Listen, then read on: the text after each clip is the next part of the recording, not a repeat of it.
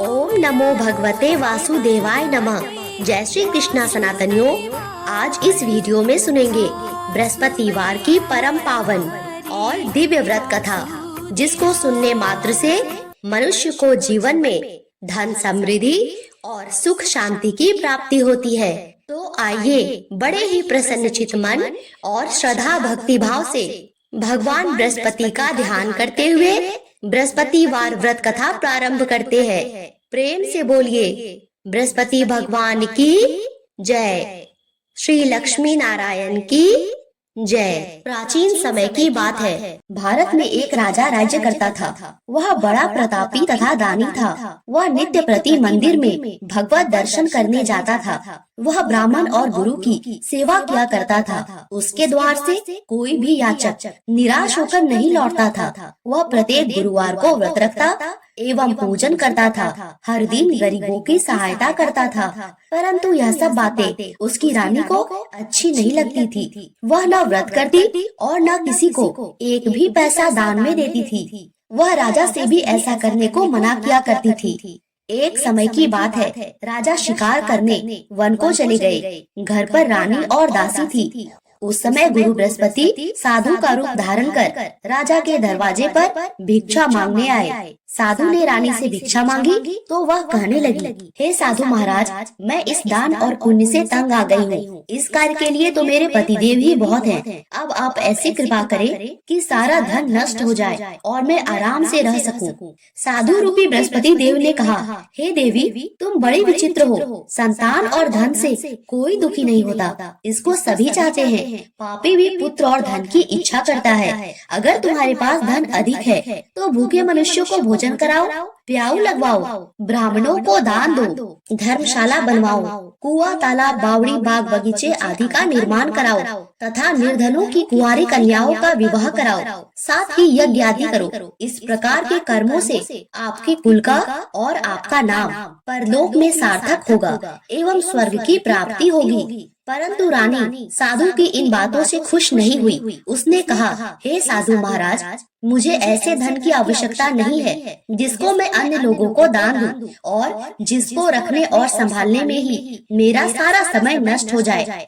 साधु ने कहा, हे देवी, यदि तुम्हारी ऐसी ही इच्छा है तो जैसा मैं तुम्हें बताता हूँ तुम वैसा ही करना।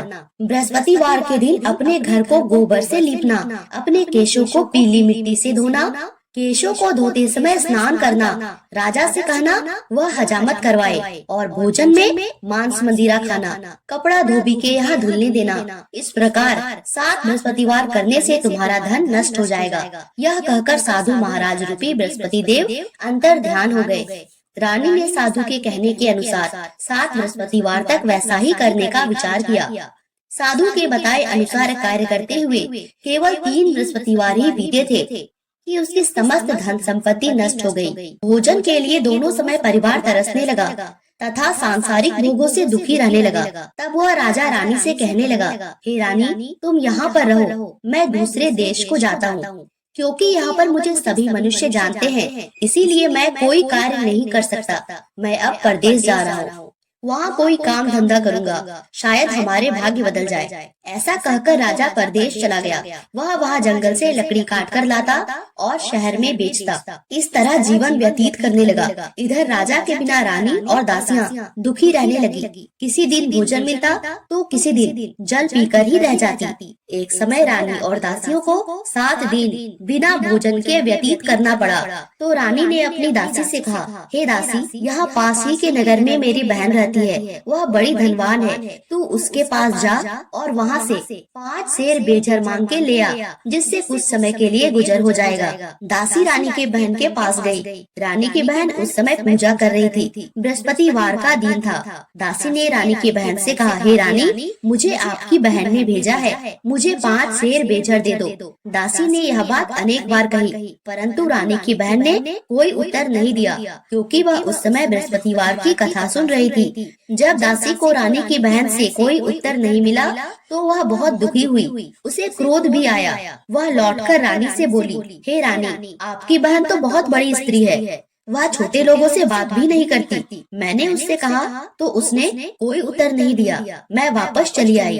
रानी बोली, हे दासी, इसमें उसका कोई दोष नहीं है। जब बुरे दिन आते हैं तब कोई सहारा नहीं देता। अच्छे बुरे का पता विपत्ति में ही लगता है। जो ईश्वर की इच्छा होगी वही होगा। यह सब हमारे भाग्य का दोष है। उधर रानी की बहन ने सोचा, मेरी बहन की दासी आई थी, परंतु मैं उससे न बोली। इससे वह बहुत दुखी हुई होगी। अतः कथा सुन और विष्णु भगवान का पूजन समाप्त कर अपनी बहन के घर आई और कहने लगी, हे बहन, मैं बृहस्पतिवार का व्रत कर रही थी। तुम्हारी दासी हमारे घर गई थी, परंतु जब तक कथा होती है न उठते हैं न बोलते हैं, इसीलिए मैं नहीं बोली। कहो दासी, क्यों गई थी? रानी बोली, बहन, हमारे घर अनाज नहीं था। वैसे तुमसे कोई बात छिपी नहीं है, इस कारण मैंने दासी को तुम्हारे पास 5 सेर बेझर लेने के लिए भेजा था। रानी की बहन बोली, बहन देखो, बृहस्पति भगवान सबकी मनोकामना पूर्ण करते हैं। देखो, शायद तुम्हारे घर में अनाज रखा हो। यह सुनकर दासी घर के अंदर गई और वहाँ उसे एक बड़ा घड़ा बेझर का भरा मिल गया। उसे बड़ी हैरानी हुई, क्योंकि उसने एक एक बर्तन देख लिया था। उसने बाहर आके रानी को बताया। दासी अपनी रानी से कहने लगी, हे रानी देखो, वैसे हमको जब अन्न नहीं मिलता तो हम रोज ही व्रत करते हैं। अगर इनसे व्रत की विधि और कथा पूछ ली जाए तो उसे हम भी किया करेंगे। दासी के कहने पर रानी ने अपनी बहन से बृहस्पतिवार व्रत के बारे में पूछा। उसकी बहन ने बताया, हे रानी बहन, बृहस्पतिवार को सूर्योदय से पूर्व उठकर स्नान करके बृहस्पतिवार का व्रत करना चाहिए, लेकिन उस दिन सिर नहीं धोना चाहिए। बृहस्पतिवार के व्रत में चने की दाल और मुनक्का से विष्णु भगवान का केले के वृक्ष की जड़ में पूजन करे तथा दीपक जलावे। उस दिन एक ही समय भोजन करे। भोजन पीले खाद्य पदार्थ का करे तथा कथा सुने। इस प्रकार करने से गुरु भगवान प्रसन्न होते हैं, अन्न पुत्र धन देते हैं, मनोकामना पूर्ण करते हैं। व्रत और पूजन की विधि बता के रानी की बहन अपने घर लौट आई। रानी और दासी दोनों ने निश्चय किया कि बृहस्पति देव भगवान का पूजन जरूर करेंगे। 7 दिन बाद जब बृहस्पतिवार आया तो उन्होंने व्रत रखा। गुड़साल में जाकर चना और गुड़ बीन लाई तथा उसकी दाल से केले की जड़ और विष्णु भगवान का पूजन किया। अब भोजन पीला कहाँ से आए? दोनों बड़ी दुखी हुई, परंतु उन्होंने व्रत रखा था, इस कारण बृहस्पति भगवान प्रसन्न थे। एक साधारण व्यक्ति के रूप में 2 थालों में सुंदर पीला भोजन लेकर आए और दासी को देकर बोले, हे दासी, यह भोजन तुम्हारे और रानी के लिए है, तुम दोनों भोजन करना। दासी भोजन पाके बड़ी प्रसन्न हुई और रानी से बोली, रानी जी भोजन कर लो। रानी को भोजन आने के बारे में कुछ पता नहीं था, इसीलिए वह दासी से बोली, जा तू ही भोजन कर, क्योंकि तू हमारे व्यर्थ में हंसी उड़ाती है। दासी बोली, एक व्यक्ति भोजन दे गया है। रानी कहने लगी, वह भोजन तेरे ही लिए दे गया है, जा तू ही भोजन कर। दासी ने कहा, वह व्यक्ति हम दोनों के लिए 2 थालों में भोजन दे गया है, इसीलिए मैं और आप दोनों ही साथ साथ भोजन करेंगे। दोनों ने गुरु भगवान को नमस्कार कर भोजन आरम्भ किया। इसके बाद से प्रत्येक बृहस्पतिवार को गुरु भगवान का व्रत और पूजन करने लगी। बृहस्पति भगवान की कृपा से उनके पास धन हो गया, परंतु रानी फिर पहले की तरह से आलस्य करने लगी। तब दासी बोली, देखो रानी, तुम पहले भी इस प्रकार आलस्य करती थी, तुम्हें धन को रखने में कष्ट होता था, इसी कारण सभी धन नष्ट हो गया। अब गुरु भगवान की कृपा से बड़ी मुश्किल से हमें यह धन मिला है, तो फिर तुम्हें आलस्य होता है। बड़ी मुसीबतों के बाद हमने यह धन पाया है, इसीलिए हमें दान पुण्य करना चाहिए। तुम भूखे मनुष्यों को भोजन कराओ, प्याऊ लगवाओ, ब्राह्मणों को दान दो, कुआं तालाब बावड़ी आदि का निर्माण कराओ, मंदिर पाठशाला बनवाकर दान दो, कुंवारी कन्याओं का विवाह कराओ, धन को शुभ कार्यों में खर्च करो, जिससे तुम्हारे कुल का यश बढ़े और स्वर्ग की प्राप्ति हो तथा पितर भी प्रसन्न हो। दासी की बात मानकर रानी ने इसी प्रकार के कर्म करने प्रारंभ किए, जिससे उनका काफी यश फैलने लगा। एक दिन रानी और दासी आपस में विचार करने लगी, न जाने राजा किस दशा में होंगे, उनकी कोई खोज खबर नहीं है। गुरु भगवान से उन्होंने प्रार्थना की और भगवान ने रात्रि में राजा को स्वप्न में कहा, हे राजा उठ, तेरी रानी तुझको याद करती है, अब अपने देश को लौट जा। राजा प्रातः काल उठकर जंगल से लकड़ियां काटकर लाने के लिए जंगल की ओर चल पड़ा। जंगल से गुजरते हुए वह सोचने लगा, रानी की गलती से उसे कितने दुख भोगने पड़े। राजपाट छोड़कर उसे जंगल में आकर रहना पड़ा। जंगल से लकड़ियां काटकर उन्हें बेचकर गुजारा करना पड़ा। उसी समय उस जंगल में बृहस्पति देव एक साधु का रूप धारण कर आए और राजा के पास आकर बोले, हे लकड़हारे, तुम इस सुनसान जंगल में किस चिंता में बैठे हो, मुझको बतलाओ। यह सुन राजा के नेत्रों में जल भर आया और वह साधु की वंदना कर बोला, हे प्रभु, आप तो सब कुछ जानने वाले हो। इतना कहकर राजा ने साधु को अपनी संपूर्ण कहानी बतला दी। महात्मा दयालु होते हैं। वे राजा से बोले, हे राजा, देखो, तुम्हारी पत्नी ने बृहस्पति देव के प्रति अपराध किया, जिसके कारण तुम्हारी यह दशा हुई। अब तुम किसी प्रकार की चिंता मत करो, भगवान तुम्हें पहले से अधिक धन देंगे। देखो, तुम्हारी पत्नी ने भी बृहस्पतिवार का व्रत प्रारंभ कर दिया है। अब तुम भी बृहस्पतिवार का व्रत करके चने की दाल और गुड़ जल के लोटे में डालकर केले का पूजन करो, फिर कथा कहो या सुनो, भगवान तुम्हारी सब कामनाओं को पूर्ण करेंगे। साधु को प्रसन्न देखकर राजा बोला, हे प्रभु, मुझे लकड़ी बेचने के पश्चात इतना पैसा नहीं बचता जिससे मैं भोजन के उपरांत कुछ बचा सकूं। मैंने रात्रि में अपनी रानी को व्याकुल देखा है। मेरे पास कोई साधन नहीं जिससे मैं उसका समाचार जान सकूं। फिर मैं बृहस्पति देव की क्या कहानी कहूँ, मुझको तो कुछ भी मालूम नहीं है। साधु ने कहा, हे राजा, तुम किसी प्रकार की चिंता मत करो। बृहस्पतिवार के दिन तुम रोजाना की तरह लकड़ियाँ लेकर शहर में जाओ। तुम्हें रोज से दुगुना धन प्राप्त होगा, जिससे तुम भली भांति भोजन कर दोगे और बृहस्पति देव की पूजा का सामान भी आ जाएगा।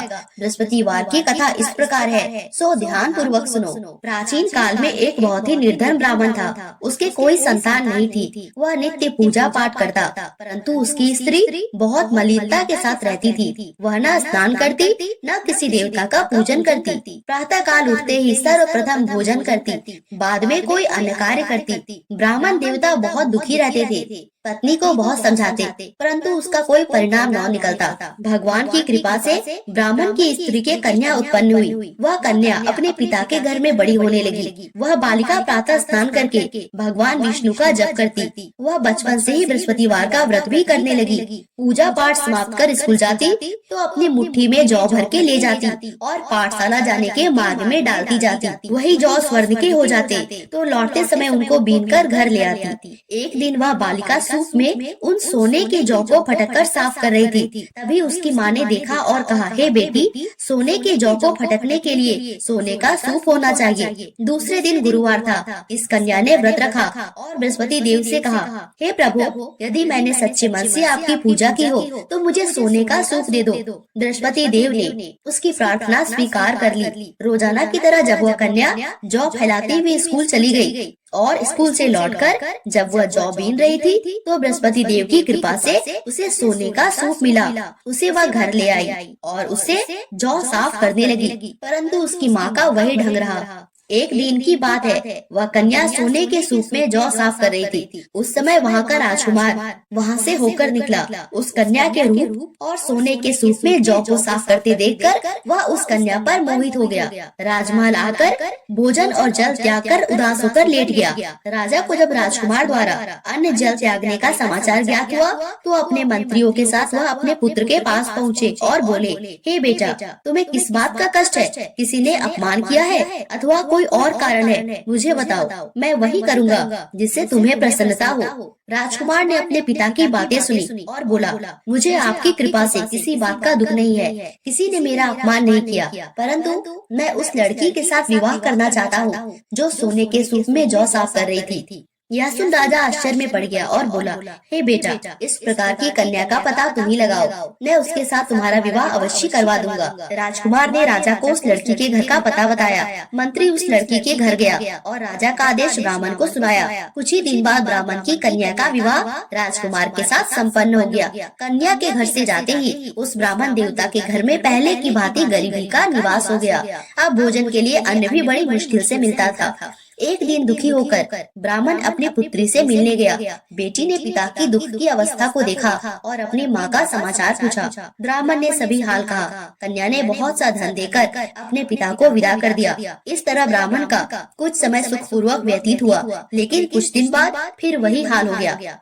ब्राह्मण फिर अपनी कन्या के यहाँ गया और सभी हाल कहा। तो पुत्री बोली, हे पिताजी, आप माताजी को यहाँ लिवा लाओ, मैं उन्हें वह विधि बता दूंगी जिससे गरीबी दूर हो जाए। ब्राह्मण देवता अपनी स्त्री को साथ लेकर अपनी पुत्री के पास राजमहल पहुँचे। तो पुत्री अपनी माँ को समझाने लगी, हे माँ, तुम प्रातः काल उठते ही सर्वप्रथम स्नान आदि करके विष्णु भगवान का पूजन करो तो सब दरिद्रता दूर हो जाएगी। परंतु उसकी माँ ने उसकी एक बात नहीं मानी। वह प्रातः काल उठकर अपनी पुत्री का बछा जूठन खा लेती थी। एक दिन उसकी पुत्री को बहुत गुस्सा आया। उसने एक रात एक कोठरी से सारा सामान निकाल दिया और अपनी माँ को उसमें बंद कर दिया। प्रातः काल उसमें से निकाला और स्नान आदि करा के पूजा पाठ करवाया तो उसकी माँ की बुद्धि ठीक हो गई। उसके बाद वह नियम से पूजा पाठ करने लगी और बृहस्पतिवार का व्रत भी रखने लगी। इस व्रत के प्रभाव से उसकी माँ बहुत धनवान हो गई और बृहस्पति देवता के प्रभाव से स्वर्ग को प्राप्त हुई। वह ब्राह्मण भी सुखपूर्वक इस लोक का सुख भोग कर स्वर्ग को प्राप्त हुआ। इस तरह कहानी कहकर साधु देवता वहाँ से लोप हो गए। धीरे धीरे समय व्यतीत होने पर फिर बृहस्पतिवार का दिन आया। राजा जंगल से लकड़ी काटकर किसी शहर में बेचने गया। उसे उस दिन और दिनों से अधिक धन मिला। राजा ने चना गुड़ आदि लाके बृहस्पतिवार का व्रत किया। उस दिन से उसके सभी क्लेश दूर हो गए। परंतु जब अगला गुरुवार का दिन आया तो वह बृहस्पतिवार का व्रत करना भूल गया। इस कारण बृहस्पति भगवान नाराज हो गए। उस दिन उस नगर के राजा ने विशाल यज्ञ का आयोजन किया और अपने समस्त राज्य में घोषणा करवा दी, कोई भी मनुष्य अपने घर में भोजन न बनाए, न आग जलाए। समस्त लोग मेरे यहाँ भोजन करने आए। इस आज्ञा को जो न मानेगा उसको फांसी की सजा दी जाएगी। राजा के आज्ञा अनुसार राज्य के सभी वासी राजा के भोज में सम्मिलित हुए, लेकिन लकड़हारा कुछ देर से पहुँचा, इसीलिए राजा उसको अपने साथ महल में ले गए। जब राजा लकड़हारे को भोजन करा रहे थे तो रानी की दृष्टि उस खूंटी पर पड़ी जिस पर उसका हार लटका हुआ था। उसे हार खूंटी पर लटका दिखाई नहीं दिया। रानी को निश्चय हो गया कि मेरा हार किसी लकड़हारे ने चुरा लिया है। उसी समय सैनिक बुलवाकर उसको जेल में डलवा दिया।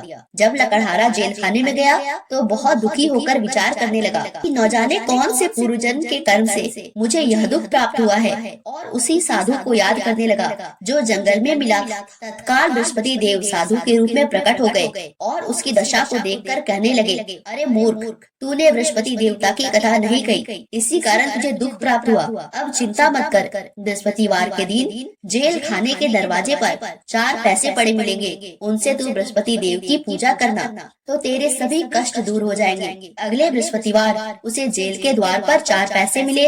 राजा ने पूजा का सामान मंगवाकर कथा कही और प्रसाद बांटा। उसी रात्रि को बृहस्पति देव ने उस नगर के राजा को स्वप्न में कहा, हे राजा, तूने जिस आदमी को जेल खाने में बंद कर दिया है वह निर्दोष है, वह राजा है, उसे छोड़ देना। रानी का हार उसी खूंटी पर टंगा हुआ है, अगर तू ऐसा नहीं करेगा तो मैं तेरे राज्य को नष्ट कर दूंगा। राजा प्रातः काल उठा और खूंटी पर हाथ टंगा देखकर लकड़हारे से क्षमा मांगी और राजा के योग सुंदर वस्त्र आभूषण भेंट कर उसे विदा किया। गुरुदेव की आज्ञा अनुसार राजा अपने नगर को चल दिया। राजा जब नगर के निकट पहुंचा उसे बड़ा ही आश्चर्य हुआ। नगर में पहले से अधिक बाग, तालाब और कुएं तथा बहुत सी धर्मशालाएं, मंदिर आदि बने हुए थे। राजा ने पूछा, यह किसका बाग और धर्मशाला है? तब नगर के सब लोग कहने लगे, यह सब रानी और दासी के द्वारा बनवाए गए हैं। राजा को आश्चर्य हुआ और गुस्सा भी आया। जब रानी ने खबर सुनी कि राजा आ रहे हैं तो उसने अपनी दासी से कहा, हे दासी, देख, राजा हमको कितनी बुरी हालत में छोड़ गए थे, हमारी ऐसी हालत देखकर लौट न जाए, इसीलिए तू दरवाजे पर खड़ी हो जा। रानी की आज्ञा अनुसार दासी दरवाजे पर खड़ी हो गई और जब राजा आए तो उन्हें अपने साथ महल में लिवा लाई। तब राजा ने क्रोध करके अपनी तलवार निकाली और पूछने लगा, बताओ यह धन तुम्हें कैसे प्राप्त हुआ है? तब रानी ने बताया, हमें यह सब धन बृहस्पति देव के व्रत के प्रभाव से प्राप्त हुआ है। राजा ने तब निश्चय किया कि 7 रोज बाद तो सभी बृहस्पति देव का पूजन करते हैं, परंतु मैं रोजाना दिन में 3 बार कथा कहा करूंगा और रोज व्रत किया करूंगा। अब हर समय राजा के दुपट्टे में चने की दाल बंधी रहती और दिन में 3 बार कथा कहता। एक रोज राजा ने विचार किया, चलो अपनी बहन के यहाँ हो आए। इस तरह का निश्चय कर राजा घोड़े पर सवार होकर अपनी बहन के यहाँ चल दिया। मार्ग में उसने देखा कुछ आदमी एक मुर्दे को लिए जा रहे हैं। उन्हें रोककर राजा कहने लगा, अरे भाइयों, मेरे बृहस्पतिवार की कथा सुन लो। वे बोले, लो, हमारा तो आदमी मर गया है, इसको अपनी कथा की पड़ी है। परंतु कुछ आदमी बोले, अच्छा कहो, हम तुम्हारी कथा भी सुनेंगे। राजा ने दाल निकाली और कथा कहनी शुरू की। जब कथा आधी हुई तो मुर्दा हिलने लगा और जब कथा समाप्त हुई तो राम राम करके वह मुर्दा खड़ा हो गया। राजा आगे बढ़ा। उसे चलते चलते शाम हो गई। आगे मार्ग में उसे एक किसान खेत में हल चलाता मिला। राजा उससे बोला, अरे भैया, तुम मेरी बृहस्पतिवार की कथा सुन लो। किसान बोला, जब तक मैं तेरी कथा सुनूंगा 4 हरिया जोत लूंगा। जा अपनी कथा किसी और को सुनाना। राजा आगे चलने लगा। राजा के हटते ही बैल पछाड़ खाकर गिर गए और किसान के पेट में बहुत जोर से दर्द होने लगा। उसी समय किसान की माँ रोटी लेकर आई। उसने जब यह देखा तो अपने पुत्र से सब हाल पूछा। बेटे ने सभी हाल बता दिया। बुढ़िया दौड़ी दौड़ी उस घुड़सवार के पास गई और उससे बोली, मैं भी तेरी कथा सुनूंगी, तू अपनी कथा मेरे खेत पर ही चलकर कहना। राजा ने लौटकर बुढ़िया के खेत पर जाकर कथा कही, जिसको सुनते ही बैल खड़े हो गए और किसान के पेट का दर्द भी बंद हो गया। राजा अपनी बहन के घर पहुंच गया। बहन ने भाई की खूब मेहमानी की। दूसरे रोज प्रातः काल राजा जगा तो वह देखने लगा कि सब लोग भोजन कर रहे हैं। राजा ने अपनी बहन से जब पूछा, ऐसा कोई मनुष्य है जिसने भोजन नहीं किया है, जो मेरी बृहस्पतिवार की कथा सुन ले। बहन बोली, हे भैया, यह देश ऐसा ही है। पहले यहाँ के लोग भोजन करते हैं, बाद में अन्य कार्य करते हैं। अगर कोई पड़ोस में हो तो मैं देख आती हूँ। ऐसा कहकर बहन देखने चली, परंतु उसे कोई भी ऐसा व्यक्ति नहीं मिला जिसने भोजन नहीं किया हो। अंत में वह एक कुम्हार के घर गई, जिसका लड़का बीमार था। उसे मालूम हुआ कि उसके यहाँ 3 दिन से किसी ने भोजन नहीं किया है। रानी ने अपने भाई की कथा सुनने के लिए कुम्हार से कहा। वह तैयार हो गया। राजा ने जाके बृहस्पतिवार की कथा कही, जिसको सुनकर उसका लड़का ठीक हो गया। अब तो राजा की प्रशंसा होने लगी। एक दिन राजा ने अपनी बहन से कहा, हे बहन, मैं अपने घर जाऊंगा, तुम भी तैयार हो जाओ। राजा की बहन ने अपनी सास से अपने भाई के साथ जाने की आज्ञा मांगी। सास बोली, चली जा, परंतु अपने लड़कों को मत ले जाना, क्योंकि तेरे भाई को कोई संतान नहीं होती है। बहन ने अपने भाई से कहा, हे भैया, मैं तो चलूंगी, परंतु कोई बालक नहीं जाएगा। राजा ने कहा, जब कोई बालक नहीं चलेगा तब तुम जाकर ही क्या करोगी। दुखी मन से राजा अपने नगर को लौट आया। राजा ने अपने रानी से कहा, हम निसंतान हैं, इसीलिए कोई हमारे घर आना पसंद नहीं करता। इतना कह वह बिना भोजन आदि के शैया पर लेट गए। रानी बोली, हे प्रभु, बृहस्पति देव ने हमें सब कुछ दिया है, वे हमें संतान भी अवश्य देंगे। उसी रात बृहस्पति देव ने राजा को स्वप्न में कहा, हे राजा, उठ, सभी सोच त्याग दे, तेरी रानी गर्भवती है। राजा को यह जानकर बड़ी खुशी हुई। 9वें महीने रानी के गर्भ से एक सुंदर पुत्र पैदा हुआ। जब राजा की बहन ने यह शुभ समाचार सुना तो वह बहुत खुश हुई और बधाई लेकर अपने भाई के यहाँ आई। तभी रानी ने कहा, घोड़ा चढ़कर नहीं आई, गधा चढ़ी आई। राजा की बहन बोली, भाभी, मैं इस प्रकार न कहती तो तुम्हें औलाद कैसे मिलती। बृहस्पति देव ऐसे ही हैं, जिसके मन में जो कामना रहती है सभी को पूर्ण करते हैं। जो सद्भावना पूर्वक बृहस्पतिवार का व्रत करता है एवं पढ़ता है अथवा सुनता है और दूसरों को सुनाता है, बृहस्पति देव उसकी सभी मनोकामना पूर्ण करते हैं। बृहस्पति देव उसकी सदैव रक्षा करते हैं। जो संसार में सद्भावना और सच्चे हृदय से बृहस्पति देव का पूजन करते हैं, उनकी सभी मनोकामनाएं उसी प्रकार पूर्ण होती है जैसे रानी और राजा ने बृहस्पति देव की कथा का गुणगान किया तो उनकी सभी इच्छाएं बृहस्पति देव ने पूर्ण की। मनुष्य को हृदय से उनका मनन करते हुए जय जयकार करना चाहिए। बोलो बृहस्पति भगवान की जय, विष्णु भगवान की जय।